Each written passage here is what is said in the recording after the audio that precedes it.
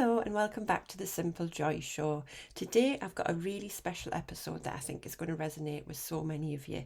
We're going to dig into what minimalism looks like for you. Not your neighbour, not Stacey on Instagram, but for you. Minimalism isn't a one-size-fits-all solution. It's a personal journey. And today what I'm going to go through is just talk about how you can navigate this unique path without falling into that intimidating comparison trap. So let's dive in.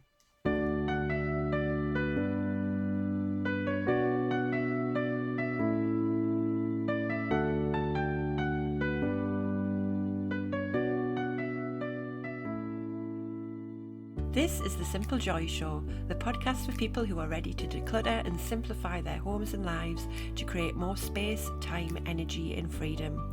I am your host, Hayley Forster, mother, wife and declutter coach, and I'm going to be sharing with you simple bite-sized nuggets to help you on your journey to living a simpler life through the power of decluttering.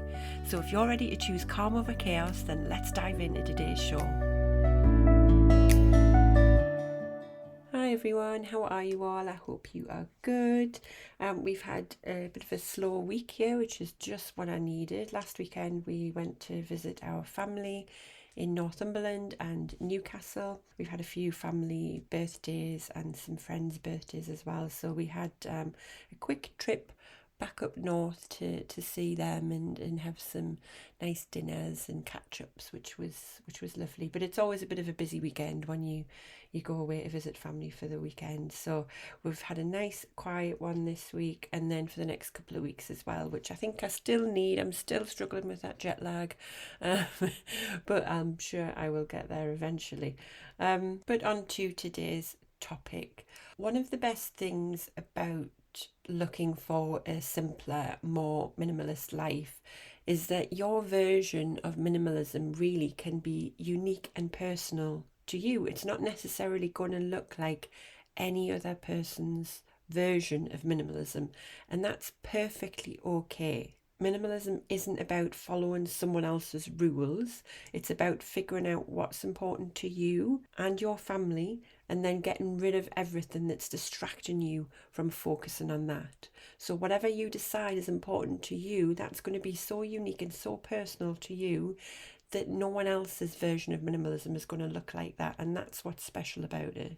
But I think what can end up happening is that when you're just starting out on your minimalism journey, you decide that there's too much in your life and you want to start getting rid of things and focusing on those important things, is that you start to look around at others for inspiration. And I did this. I would be looking on Instagram, looking at blogs on Pinterest, trying to see how other people were living minimally. How were they eliminating things from their lives? How were they focusing on what was important? How did they know what was important? But that then also makes it really easy to fall into the comparison trap, because you're looking at other people and trying to gain inspiration, but you're seeing what other people do, how much they're living with and how much they've got rid of. And yes, it encourages you to be more ruthless and getting rid of things, and you're decluttering and simplifying your life.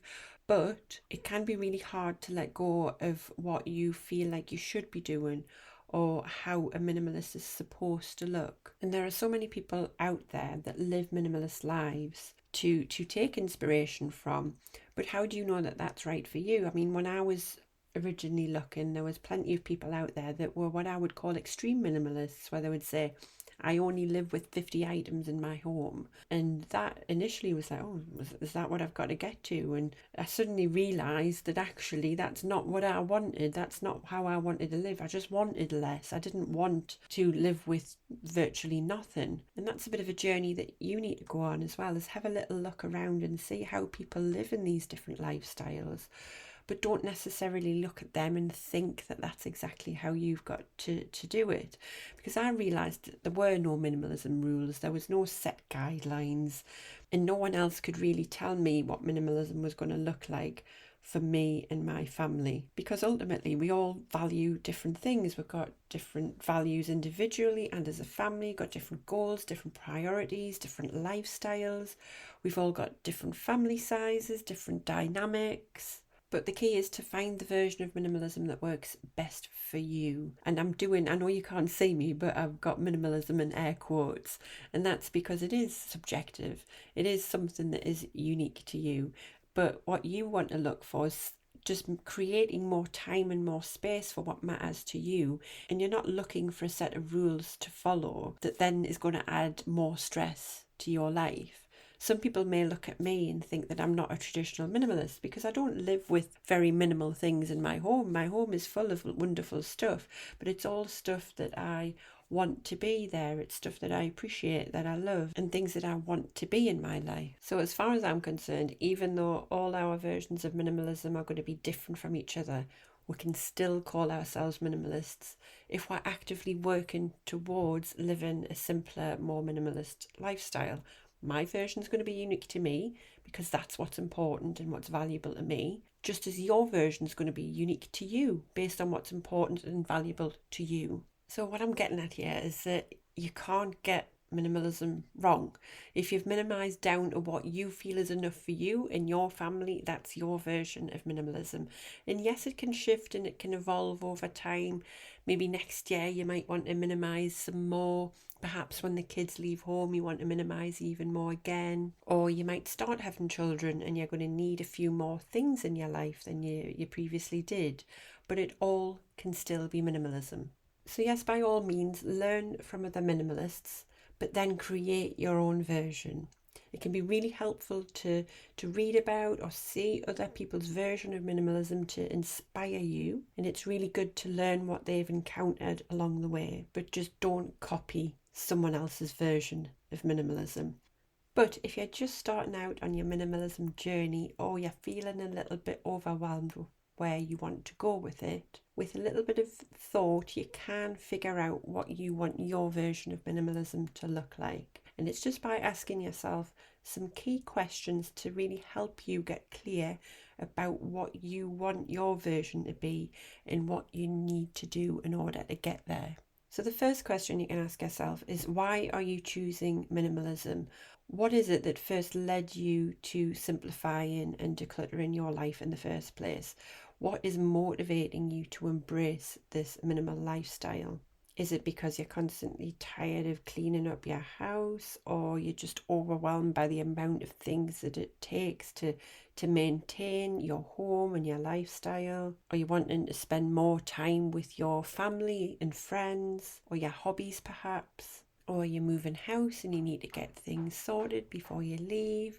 Or is it just that you find your days quite overwhelming and stressful?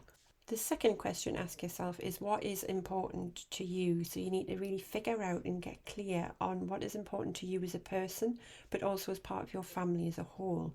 So what are your values, your goals, your priorities? And try and get really specific. Maybe it's your family and you want to spend real quality time with them. Maybe it's your career and you want to focus on giving yourself time and space to pursue that and to get promoted.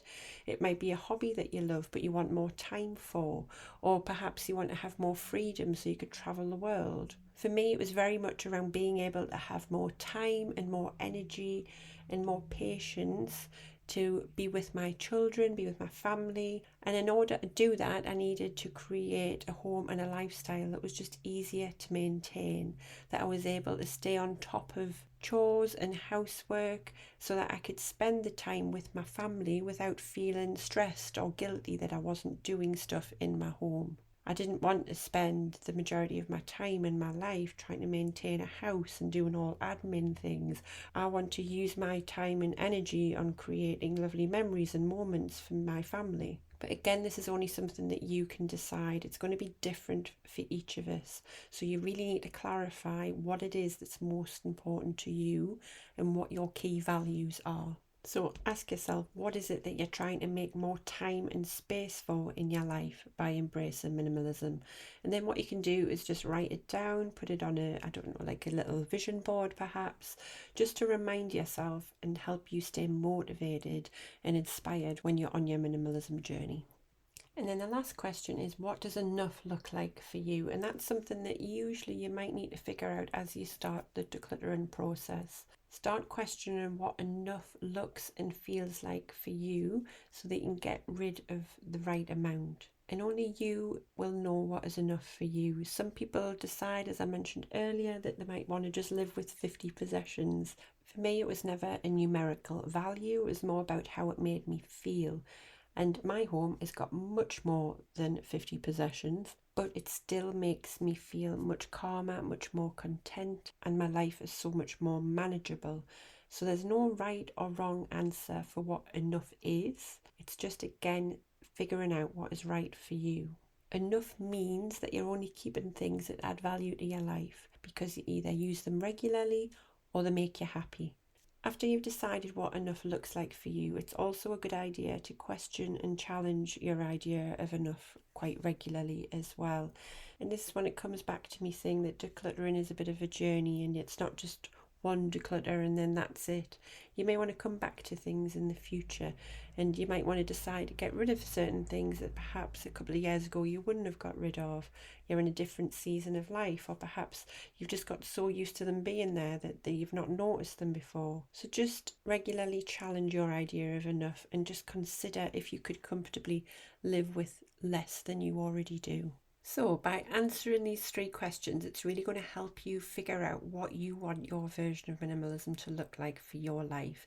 And it's really important to remember that minimalism isn't something that you just attain and then you're done, tick. It's a lifestyle that you adopt, and it's going to be something that you need to regularly maintain and keep that intention in order to sustain it. But knowing the answer to these 3 questions, it's really going to help you stay focused and stay motivated to continue living your version of minimalism. And also don't forget that your version of minimalism can shift and change as your life changes as well. It's not static, it shifts and evolves with your life as you go through changes. So you might want to come back to these 3 questions when you're going through these lifestyle changes to just reassess how things have changed for you. So that's it. The only right way to do minimalism is the way that serves you the best. If you've minimalized your life and you're at a point where you feel free, you feel focused, then you have hit your version of minimalism. Congratulations. But just remember that the ultimate goal is to give yourself the time, space, and freedom to enjoy your life, to enjoy the things and the activities and the people that you love and value the most. Thank you for joining me today, and I hope this episode has empowered you to find your own unique path to minimalism. Until next time, keep it simple, keep it joyful, and I'll see you next episode. Thank you so much for listening. If you've enjoyed this episode and you'd like to help support the Simple Joy Show further, then please share it with others, post about it on social media, or leave a rating and review. To catch all the latest from me, you can follow me on Instagram at HelloSimpleJoy. Thanks again, and I'll see you next time.